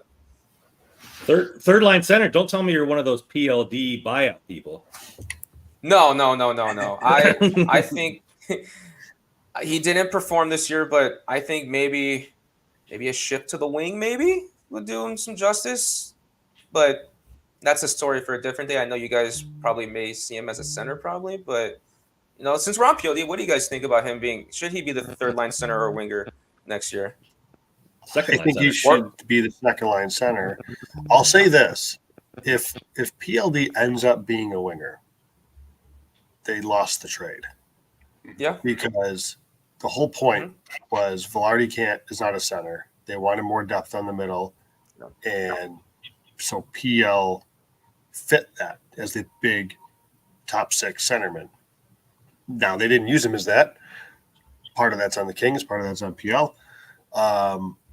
But if they were looking for a top 6 scoring winger, they had that and gave Velarde. So there was no need to make the move that they did. The whole point here was for him to be a center. Obviously, if it gets to a point where he's got to move to the wing, then I just don't. I know some people view him, and there's some very smart people that view him as a winger. Personally, I don't. The short stint he had in the wing was terrible last year. Don't want to read too much into it because it was like a game or two. I just think he's better suited when he's down the middle. And I think he should be playing 2nd-line center. He's a top 6 center, and that's what he should be played as. So I just wanted to say, if at the end of the day they move him to wing, then I'm on board with the people that say this trade was terrible because they had Gabe Velarde who can play the wing. So he's been more productive as a winger. Right. And before anyone else chimes in, I kind of did forget about him being on the roster. I don't know why he slipped my mind when I was talking about where they should play, but now that you only come on every once in a while, so I got to tease you a little bit. And I think a lot of people probably wish they forgot he was on the roster. I totally forgot about this. I don't know why, but maybe Turcotte does take that 4th-line center role over Blake Lizotte. I mean, you can probably get the production for Akil Thomas and Alex Turcotte for a lot cheaper for the same production you could probably get for Blake Lizotte. I mean, those two combined for just one Blake Lizotte for cheaper. But I kind of view Turcotte and Thomas as similar roles next season, to where one will probably play 4C, the other will probably play wing on the middle 6, or bottom 6, depending on where they're at, kind of just a slot where they feel. I think the organization views Turcotte more as a center, and will probably take over that 3C role from Dano when his contract is up, to where you'll have maybe Byfield, PL, and Turcotte at that point. So that's kind of how I kind of view it. I think they're both interchangeable. They both can play up and down the lineup because they have skill, they have smarts, they both have the motor for that kind of that typical fourth line chase line with some skill. So it will the Kings want to put a lot of rookies on the same line, like having Akil Thomas with Turcotte and perhaps a Grunstrom or a LaFerriere. I guess he's not really a rookie at this point, but still a young player. I don't know if they haven't really given the young players that much leeway. So to go an all kid line pretty much would be a little bit of a stretch, but I could see both of them getting spots up and down the lineup and then some stint at 4C. Yeah, and I think they also have to figure out what they're going to do with Carlo Grunstrom too. He's an RFA. He's probably in the same boat, I think, as Blake Lizotte. But, I think Dano should be the 3C next year, looking on it back on it now. So I'll recount and say Thomas, maybe middle 6 wing, Turcotte 4C, Dano 3C, maybe put PLD as the 2C. I mean, you got it here to play with skilled players. I mean, if he doesn't perform with skilled players next year, then I think the Kings are in deep you-know-what at that point. Mm-hmm. The best thing that I've heard so far since this offseason when we talked to Jim Hiller is that him mentioning the zone entries with PL, because it was like the first time that they've acknowledged, like, okay, we found something good that PL does. Let's try. Joe was pointing out the whole time too. Yeah, I was getting made fun of on Twitter for like the entire season because of zone entries and scoring chances and scoring chance creations, and Miller comes right out. Shame on you, Joe. Shame on you. Thank you. It's like that's like you see something. You're trying to get the most out of this big acquisition that you got, and why did it take you this long to figure that out? Now that's something you want to try. But I'm glad that they're mentioning it. Like, I'm glad that's something that's being acknowledged. So hopefully we see that happen more and more. Because, those numbers, they point to him being great, entering the zone down the middle. And we saw at times, like, when he has the puck, entering the zone, unfortunately, he has to find an Alex LaFerriere, a young player, on this other side who was a little rough shooting the puck. And then it was a revolving door on the other side. So there's not a lot of consistency there. It's just – put him in the top 6. Put him in the top 6 to begin. Something you're seeing in these playoffs, you're seeing, I guess I don't know this if it's statistically true, but it really feels like it is. Teams are, there's less shots being taken. They are trying to get to the slot area because that's where the goals are going to be scored.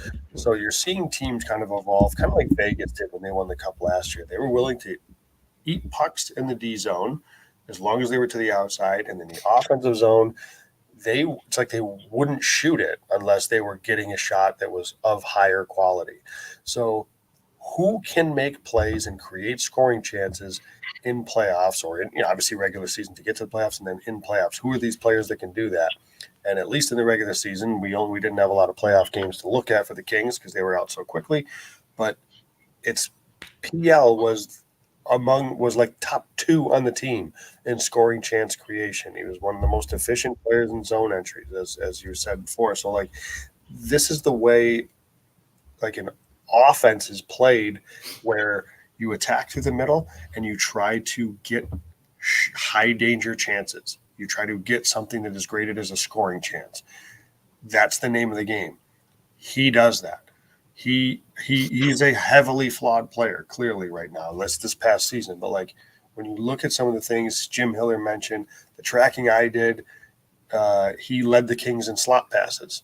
So, like, God, maybe if somebody would finish the slot pass. Like, he can't actually finish it. He can set somebody up. And if he led the team in passes to the slot that led to a shot attempt, that's not nothing.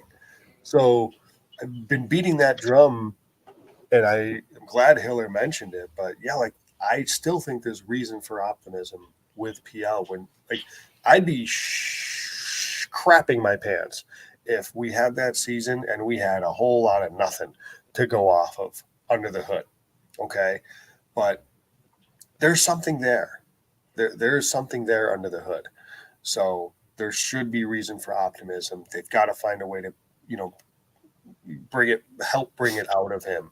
But it's not as if he did nothing well. And I refuse to listen to that.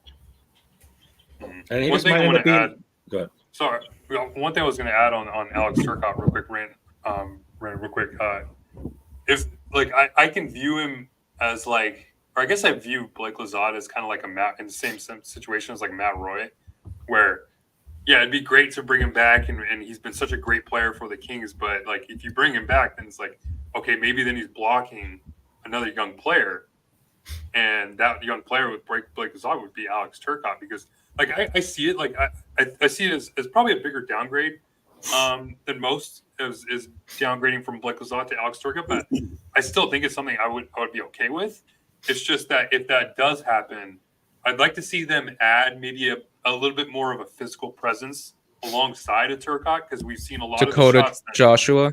yeah, we've seen there you go. We've seen a lot of the shots that Turcotte's taken in his young career so far in the pro league, especially from his teammate in Andreas Englund. But if you can have a guy with size playing with Turcotte, I mean, I think that's a little bit more of I guess that's a better fourth line to have, where you get a little bit more of a physical presence, but you have some skill down the middle and that two-way prowess in Alex Turcotte and what he saw. Because I mean, I love to hear that he had a lot of that production playing down the middle.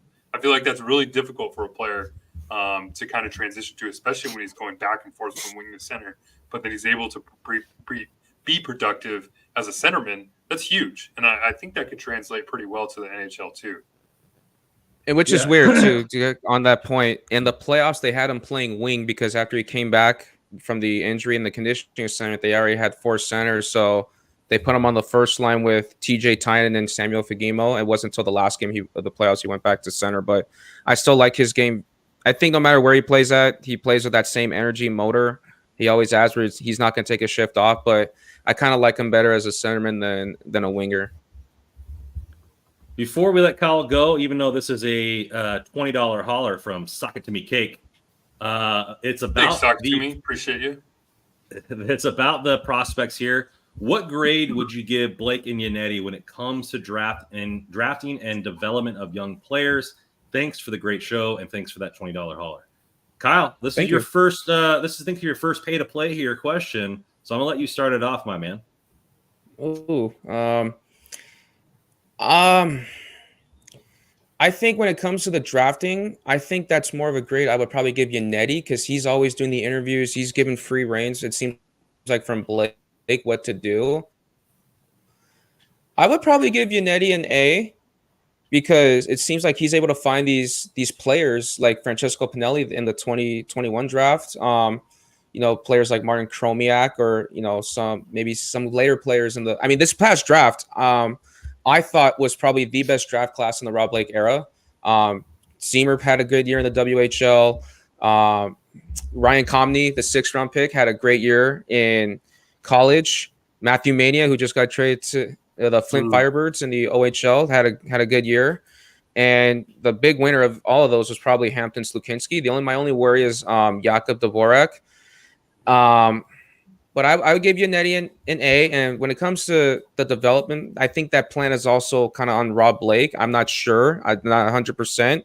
But when it comes to like identifying a role for these players, it seems like you're playing skill. Like, seems like a lot like Arthur Kaliev. You're playing a lot of skill players, just making them play a grinded 200-foot game, which isn't their idea. And I probably have to give Rob Blake an F for that, because it seems like he doesn't have, like, when I hear we have a plan for 5 years ago and I look back now, what plan was that?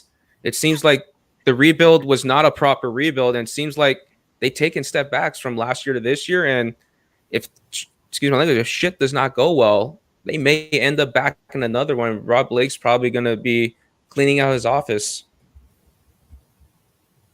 Russ, what do you think? Or Joe, I guess Joe's going to step in here. Thanks again, Sock It To Me Cake. And this is like, I mean, there's so many layers to this question. Because it's one I think we've all had, because I think the Kings have done a good job as a whole of drafting players that can make the NHL. I think they've struggled to draft players that are impact players in the NHL. Now, Quentin Byfield had his breakout last year and looks like he's going to be the part. Brant Clark. Now, how much of this? I think he could have had a bigger impact last year. They didn't give it to him. So they went a different route there. So that's to be determined. All signs point to him being a really good, impactful player. But they've had some. It's taken a little bit longer, maybe, for Byfield than like a lot of second round picks or second overall picks. But he started to show out last year, so that's big. But like we've talked about, in order for this rebuild to go well, he needed to thread the needle, and you couldn't miss on top picks because you had to get them in the lineup relatively quickly and being players that could contribute relatively quickly because of how cheap they were. In that aspect, it was a big miss because Byfield took a couple years to get in. Now he's going to be due a contract. Turcotte hasn't. And Clark hasn't because they've kept him in the HL. So they really haven't had that impactful high-end player come into the draft in recent years, or come out of the draft in recent years. Obviously, Kaliev has been a miss as well. So it's hard to say because then you look at it on the other side of it from a development standpoint. As you mentioned, Kyle, they're kind of getting diamonds in the rough a lot of times with these guys that are a little bit later picks. To me, that speaks to, is that drafting? Did they see something in the draft, or is that development? So overall, the whole picture, I don't know. I guess I'll give it like a B- because they're generating, I think, NHL players, but I can't give them an A right now because they haven't had like a significant, impactful player.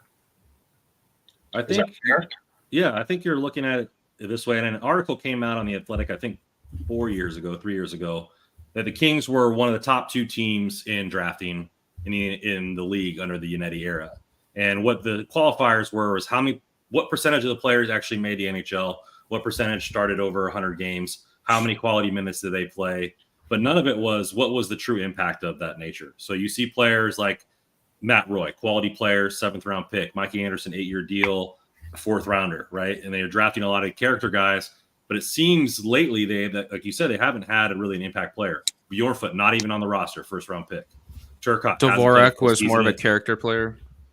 Yeah, in the NHL. You have Brant Clark, who is probably the most dynamic offensive defenseman, point blank, as the prospect, and you're slowly nurturing along on that. Byfield, as much as he took it to the next level, 2nd overall pick, you want to be a point per player game. You want that truly impact that you're going to see. And I don't know if that ever happened with the system that we're running now, but that's what you envision. You envision a 10-year starter making a consistent impact on your roster. And even before Blake got there, they never really had that. I mean, I guess they drafted Kempe. He was a 40-goal scorer now. It took a long time to marinate.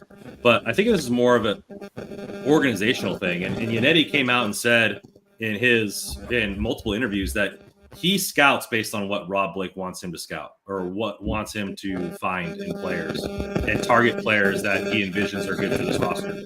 Was that me getting right?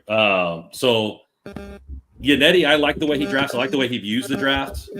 Drafting in tiers. Taking the best player available in that tier before moving on. So is that me? Is everybody else hearing that? I think it's with you, man. Yeah, I'm hearing it. I don't hear it. Oh, you heard it? Maybe it's my mic. Sorry. Okay. Yeah, that was your mic. All right. My bad.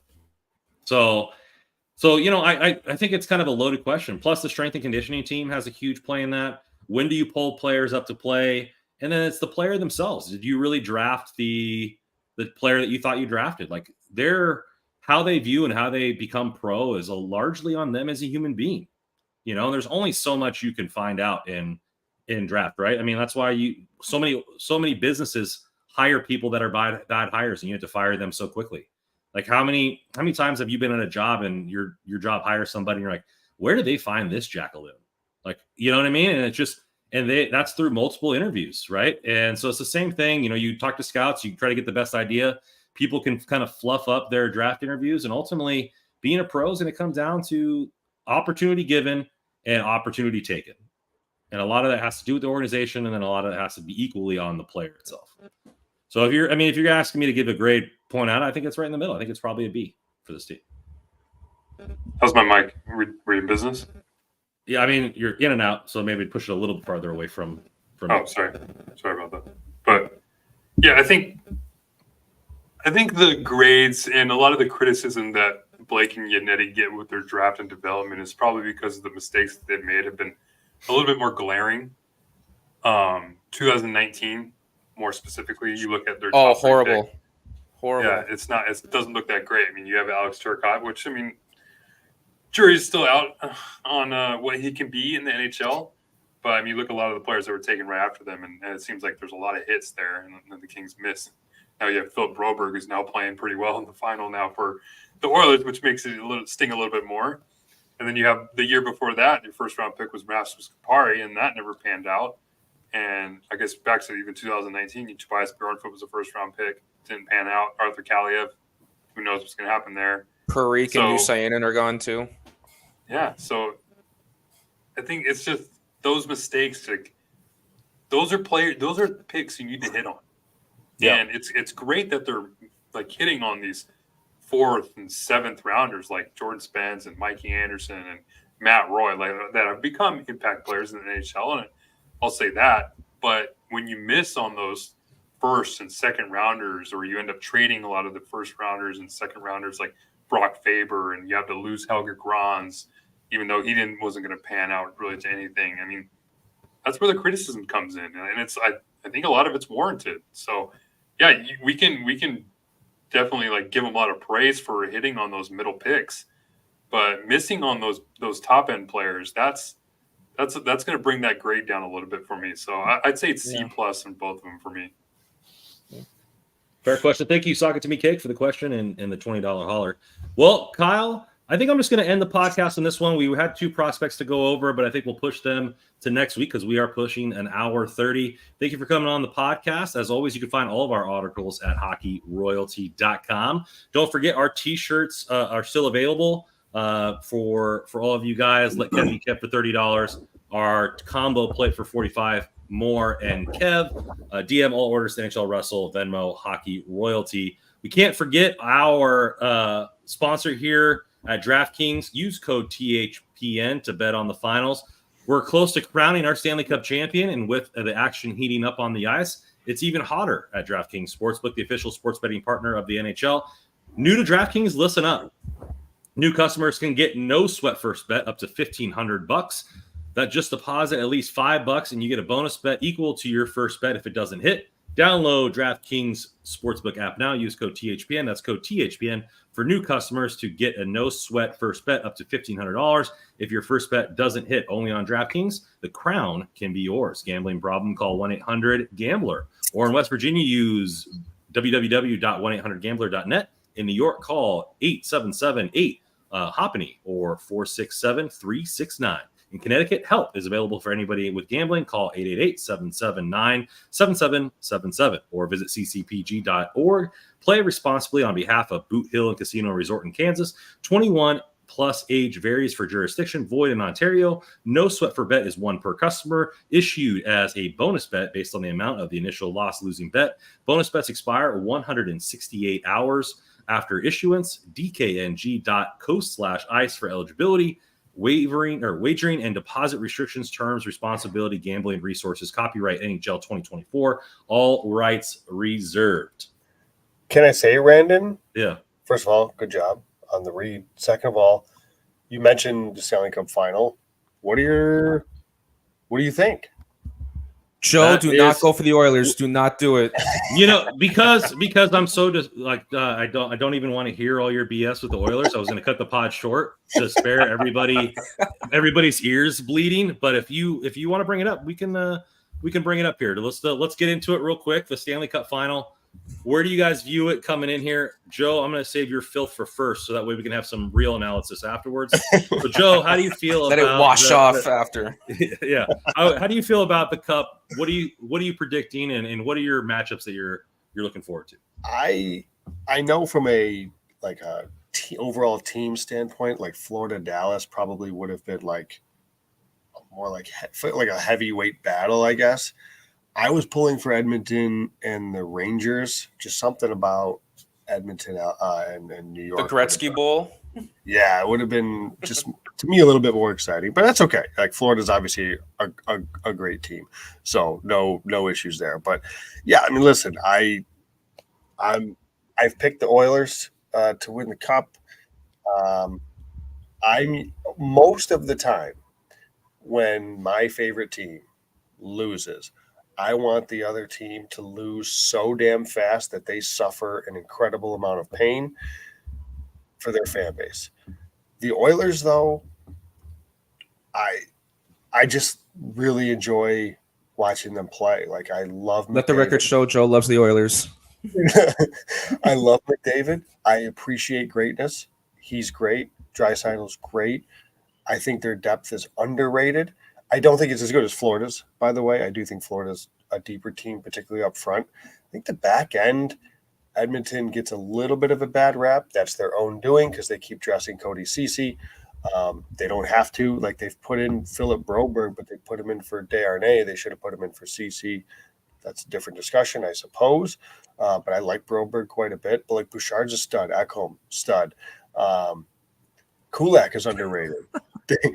So I don't know if they'll beat Florida. I picked them. I actually picked them to beat Carolina, though, so whatever. But either way, I'm going to stick with Edmonton because I've been riding them really at Randon since early in the season when they were like down and out.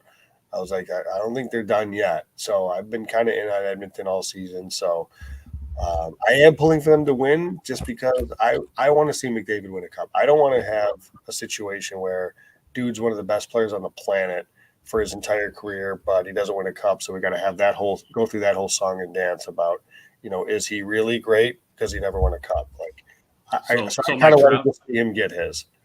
So like Mike Trout, you don't want that situation. Exactly. Russell, where are you at, my man? I'm with Joe where you want, like, to the sense where you want to see the team that beat your team experience an incredible amount of pain.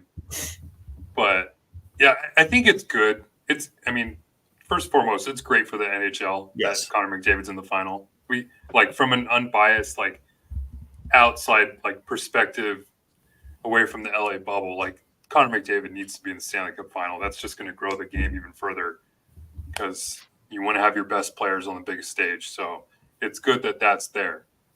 That being said, like I think try to take my bias out of it. I just think Florida's a better team, and I think they're a deeper team.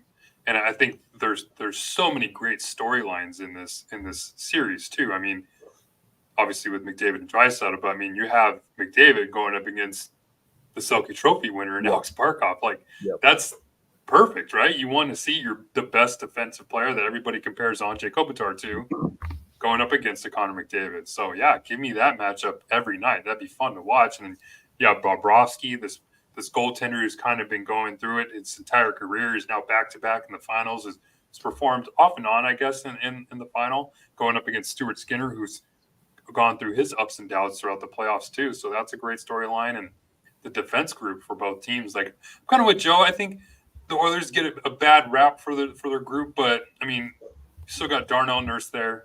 I just think he's terrible, to be honest with you. It's funny because earlier you mentioned like a defenseman who just like when you just flip the puck up the boards, that's like pretty much turning it over. Like, dude, watch Darnell Nurse. That's like his like number one play. And it's so funny that they give him so much praise for his penalty kill like prowess. I'm like, yeah, because that's what he does best. He just gets the puck and just shoots it up the ice as hard as he can. Like that's what he does. So of course he's gonna be good in the power and the penalty kill. Hey, you said play toward your skill set.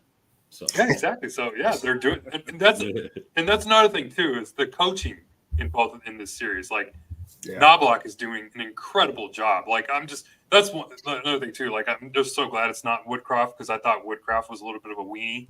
So to have Knobloch in there, I think he's done a great job, and it's kind of hard to be upset with the Oilers when you have a coach like that behind the bench. And I thought the Buffalo Bills quote that he had at the press conference the other day, that was great. So and then you have Paul Maurice on the other side.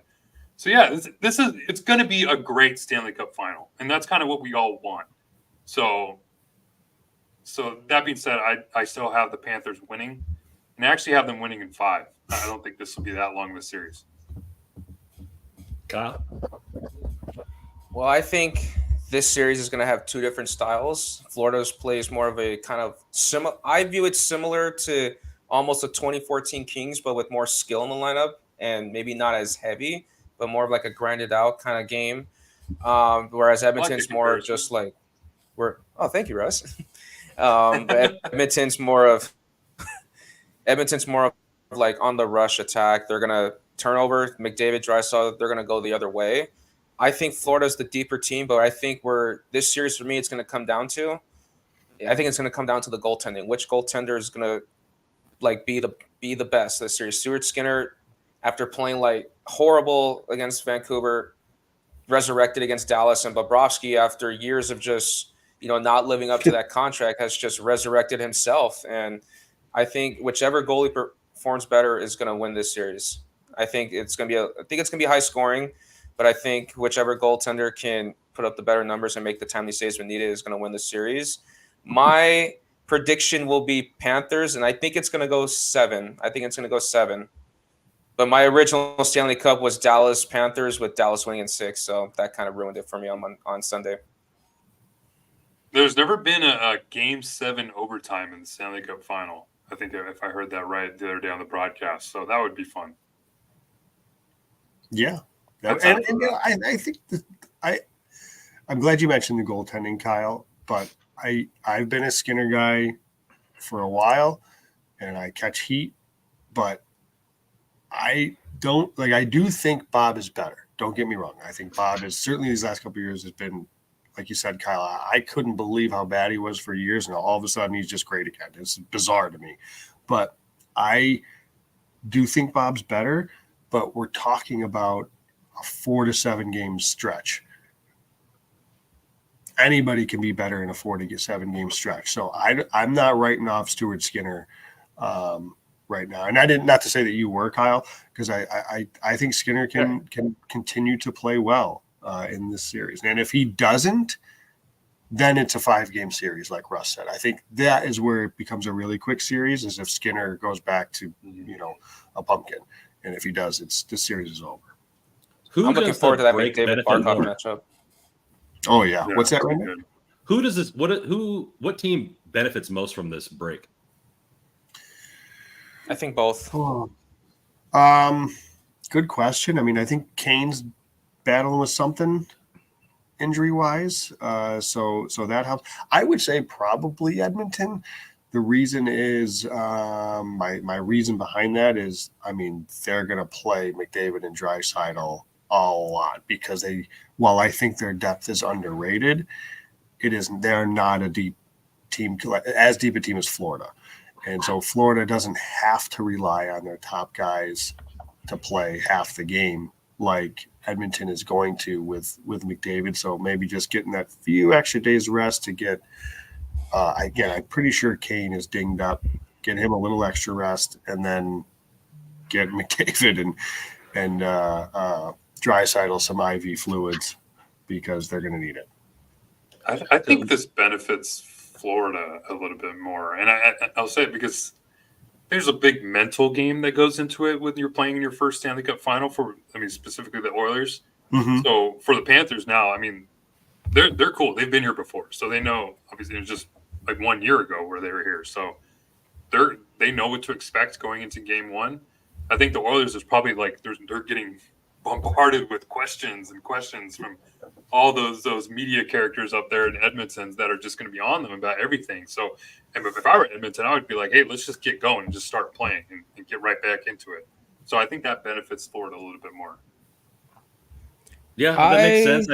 I think I like both what you guys think on that. I mean, You're looking at the schedule. They're not playing every other night. They're playing every other night. And then when they switch 2 nights off, I mean, you could see McDavid and Draisaitl getting 30-plus minutes, I mean, at some of these games if it really came down to it.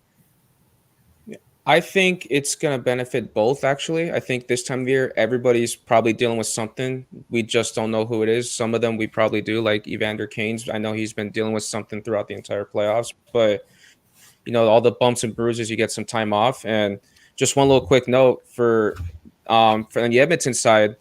And the AHL, the development league, has kind of played a factor into this. And Leon Draisaitl's played a few games in Bakersfield, Broberg, Bouchard, Desharnais, Stuart Skinner. So, got to develop well. And, they've kind of led the way into this series. So this is going to be a really fun and exciting series. Holloway too, right? Holloway too, yeah. I totally forgot about Holloway, yeah. He was a good player this year. Marco Sturm gave him some high praise after one of the games, saying he said he's one of their better players. I'm just in for more Kachuk, all Kachuk. That's what, trash talk, face washing, whatever. And he's the type of player that can't get pushed around by Corey Perry and Kane. No. And that's right. The Corey Perry curse is on the line.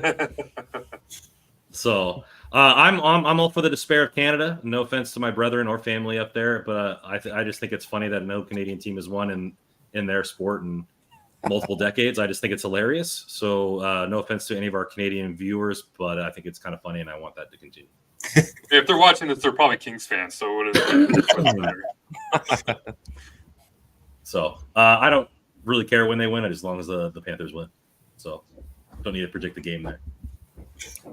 But I think that'll do it for us. So thanks again for all of our viewers. Again, find all of our articles at hockeyroyalty.com. All of our Twitter handles are floating across the bottom at hockey_royalty, at Random Commando 24, NHL Russell, JW Paterino, at Kopitar4 HOF for all your rain needs. Thank you, Kyle, for coming on and giving us a detailed analysis on the team.